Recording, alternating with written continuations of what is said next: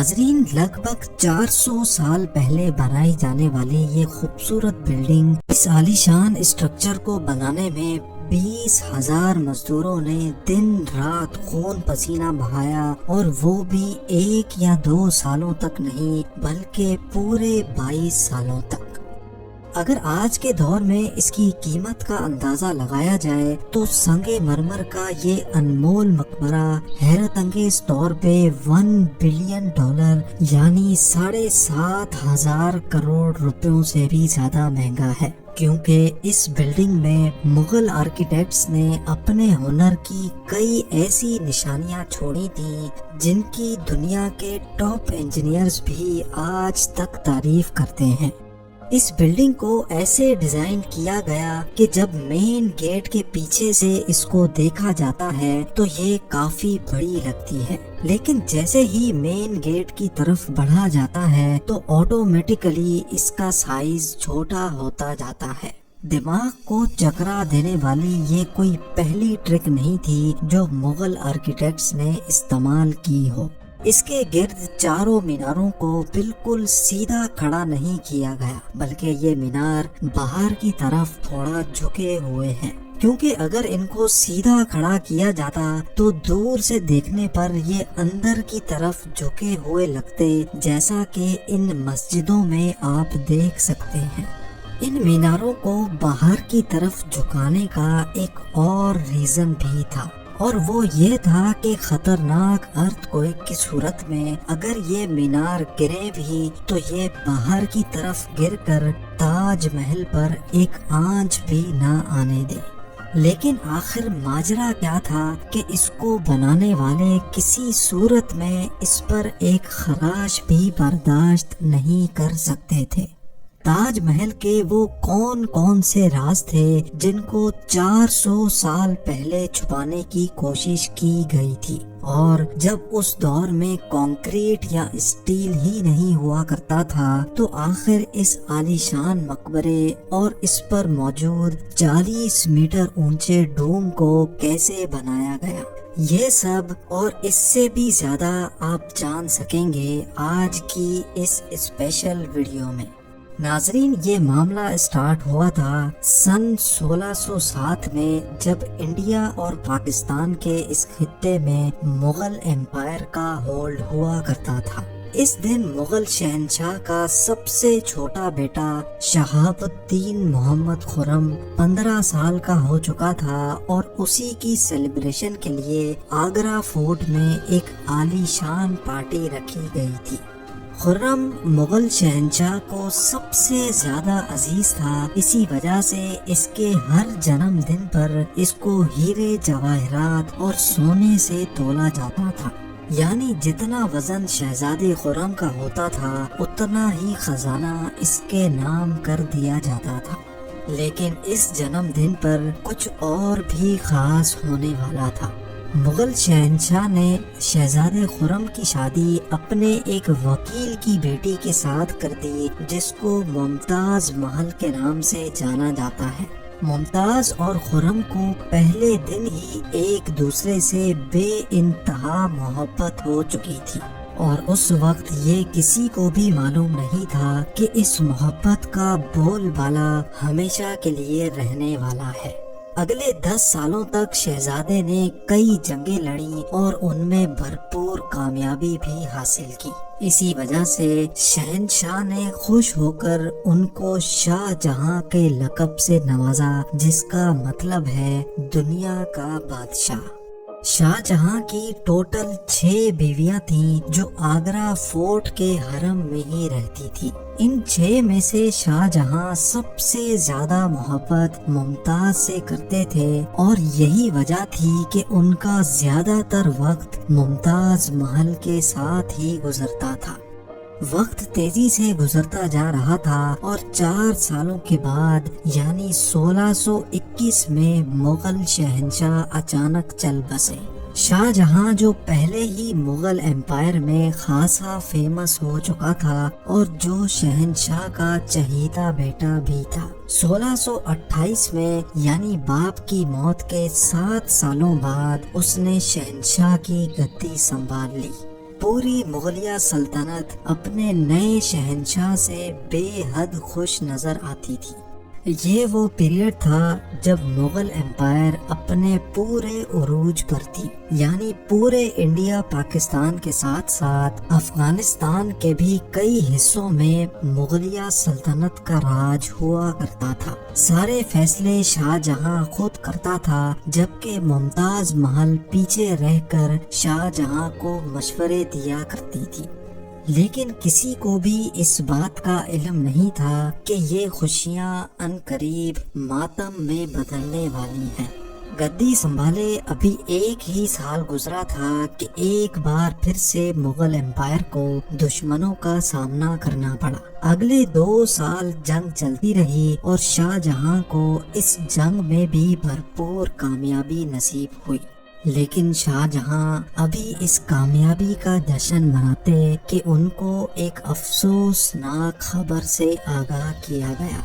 ممتاز محل، جو کہ شاہ جہاں کے 14ویں بچے کو جنم دے رہی تھی، اس کی حالت بگڑ گئی اور 17 جون سن 1631 کو وہ نہ چاہتے ہوئے بھی اس دنیا سے چل بسی۔ پوری مغلیہ سلطنت کا جشن دیکھتے ہی دیکھتے ماتم میں بدل گیا۔ یہ خبر جو شاہ جہاں پر آگ بن کر گری تھی، اس نے تو جیسے ان کی دنیا ہی ختم کر ڈالی۔ شاہ جہاں کی سب سے پہلی محبت اور ان کی سب سے عزیز بیوی ممتاز محل اس دنیا سے رخصت ہو چکی تھی۔ کہا جاتا ہے کہ اس غم کی پرچائی نے شاہ جہاں کو کالے اندھیروں میں دھکیل دیا تھا۔ اگلے 8 دنوں تک انہوں نے کچھ نہیں کھایا اور اگلے 2 سالوں تک نہ کوئی موسیقی سنی اور نہ ہی پرفیوم لگایا۔ ممتاز محل نے مرنے سے پہلے ایک آخری خواہش کی تھی۔ وہ چاہتی تھیں کہ ان کی قبر دنیا کے سب سے خوبصورت مقبرے میں بنائی جائے۔ اس ٹاسک کو اور ممتاز محل کی آخری خواہش کو پورا کرنے کے لیے شاہ جہاں نے اپنی ساری دولت اور پوری زندگی وقف کرنے کا ارادہ کر لیا۔ ممتاز کے گزرنے کے 6 ماہ بعد یعنی 1632 میں ہی تاج محل کی کنسٹرکشن کا کام شروع کر دیا گیا۔ قریب 20,000 سے بھی زیادہ مزدور، پتھر تراش اور کاریگروں کو پوری سلطنت سے اکٹھا کیا گیا۔ لشکروں کے لشکر شاہ جہاں کے حکم پر آگرہ بلوا لیے گئے تھے۔ کیونکہ ممتاز کی قبر یمنا ریور کے برابر میں موجود تھی، اسی وجہ سے اس جگہ پر دنیا کی سب سے خوبصورت بلڈنگ بنانا کافی مشکل ٹاسک تھا۔ ریور کے کنارے زمین کافی سافٹ ہوتی ہے اور اگر یہاں کھدائی کا کام کیا گیا تو پانی کا بہاؤ تاج محل کی فاؤنڈیشن کو بھی نقصان پہنچا سکتا تھا۔ اس مسئلے سے نمٹنے کے لیے مغل انجینئرز نے یہاں سب سے پہلے زمین کے اندر کئی کنویں کھدوانا شروع کیے۔ مزدور یہ کنویں تب تک کھودتے رہتے جب تک خشک زمین نظر نہ آ جاتی تھی۔ ان کنووں کو پتھروں اور گارے سے بھرا گیا اور پھر اس کے اوپر پتھروں کے بڑے بڑے کالمز کھڑے کیے گئے۔ اس سارے کام کو انجام دینے کے لیے مزدوروں کے ساتھ ساتھ ہاتھیوں کی ایک بہت بڑی فوج کو بھی استعمال کیا گیا۔ مغل انجینئرز کی یہ ٹرک کام کر چکی تھی اور اب ایک ایسی مضبوط فاؤنڈیشن تیار تھی جو نرم زمین پر بھی فولاد بن کر کھڑی تھی۔ فاؤنڈیشن کے بعد اب باری تھی ایک ایسے بلڈنگ ڈیزائن کی جو آج سے پہلے کسی نے بھی نہ دیکھا ہو، ایک ایسا ڈیزائن جو پچھلے سارے ریکارڈ توڑ ڈالے۔ تاج محل کے ڈیزائن کا آئیڈیا شاہ جہاں نے اپنے باپ دادا کے مقبروں سے لیا تھا۔ باپ کے مقبرے سے میناروں کا آئیڈیا لیا گیا، دادا کے مقبرے سے بلڈنگ کور کا آئیڈیا لیا اور اپنے انکل کے مقبرے سے ڈوم کا آئیڈیا لیا تھا۔ اور جب ان سب کو کمبائن کیا گیا تو ایک شاندار اور عالی شان ڈیزائن ابھر کر سامنے آیا۔ بلڈنگ کے اسٹرکچر کو بنانے کے لیے لاکھوں نہیں کروڑوں اینٹیں موقع پر ہی بیک کی گئی۔ یہ سب اتنا آسان نہیں تھا اور اس میں لا تعداد پیسے بھی بہائے جا رہے تھے۔ ہر گزرتے دن شاہی خزانہ تیزی سے خالی ہوتا جا رہا تھا، لیکن شاہ جہاں کو کسی چیز کی پرواہ نہیں تھی، بس ان کو یہ کام ہر قیمت پر کمپلیٹ کرنا تھا۔ کہا جاتا ہے کہ تاج محل کی کنسٹرکشن میں اتنے زیادہ لوگ لگائے گئے تھے کہ ان کی وجہ سے آس پاس کے علاقوں میں کھانا پینا ختم ہو گیا تھا۔ 20,000 مزدوروں اور کاریگروں کی ڈیمانڈ پوری کرنے کے لیے شاہ جہاں نے آس پاس کے تمام علاقوں سے اناج آگرہ منگا لیا تھا۔ کئی سالوں کی محنت کے بعد بلڈنگ کا اسٹرکچر کمپلیٹ ہو چکا تھا اور اب باری تھی اس کو سنگ مرمر سے سجانے کی۔ یہ سنگ مرمر آگرہ سے 400 کلومیٹر دور راجستھان سے منگایا جانا تھا، کیونکہ یہاں کا مکرانہ ماربل آج تک دنیا کا فائنسٹ ماربل مانا جاتا ہے۔ شاہ جہاں نے تاج محل کے لیے پورا مکرانہ ماربل ریزرو کر لیا تھا، یعنی جب تک تاج محل کی ڈیمانڈ پوری نہیں ہو پائے گی تب تک کسی کو بھی یہ ماربل خریدنے کی اجازت نہیں تھی۔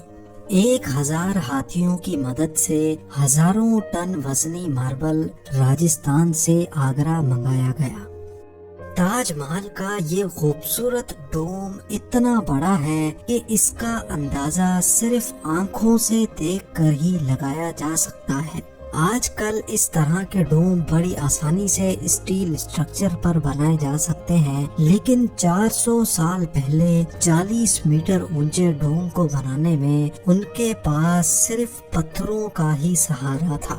اس ڈوم کو بنانے میں مغل انجینئرز نے جو اسٹریس کیلکولیشن کی تھی اس کی آج کے انجینئرز بھی بہت تعریف کرتے ہیں۔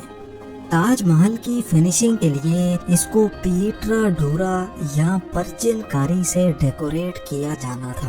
پیٹرا ڈورا ایک ایسی کلاکاری کو کہا جاتا ہے جس میں قیمتی پتھر کو ماربل کے اندر تراش کر لگایا جاتا ہے۔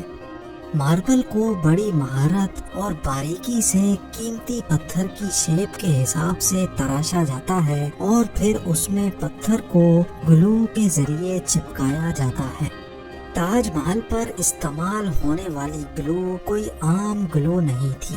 کافی ریسرچ اور لیبارٹری ٹیسٹ کے بعد معلوم پڑا کہ یہ گلو شیرہ، لیمن جوس اور سنگ مرمر پاؤڈر کو ملا کر بنائی جاتی تھی۔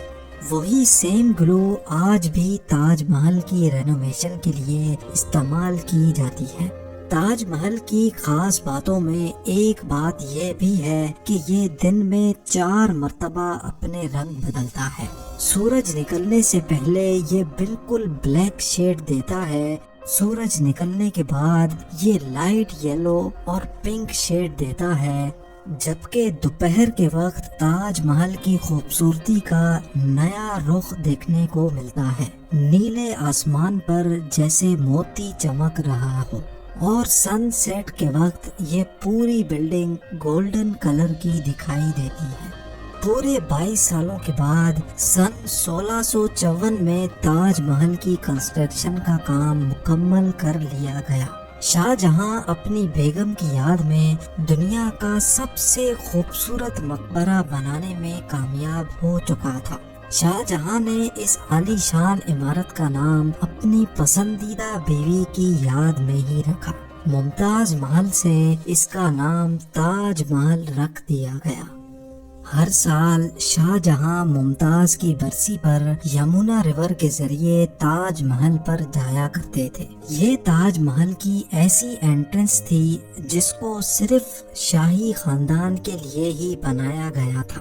اس انٹرنس کی دیواروں پر دلکش نقاشی کا کام کیا گیا تھا جو شاید صرف شاہی آنکھوں کے دیکھنے کے لیے ہی کیا گیا تھا۔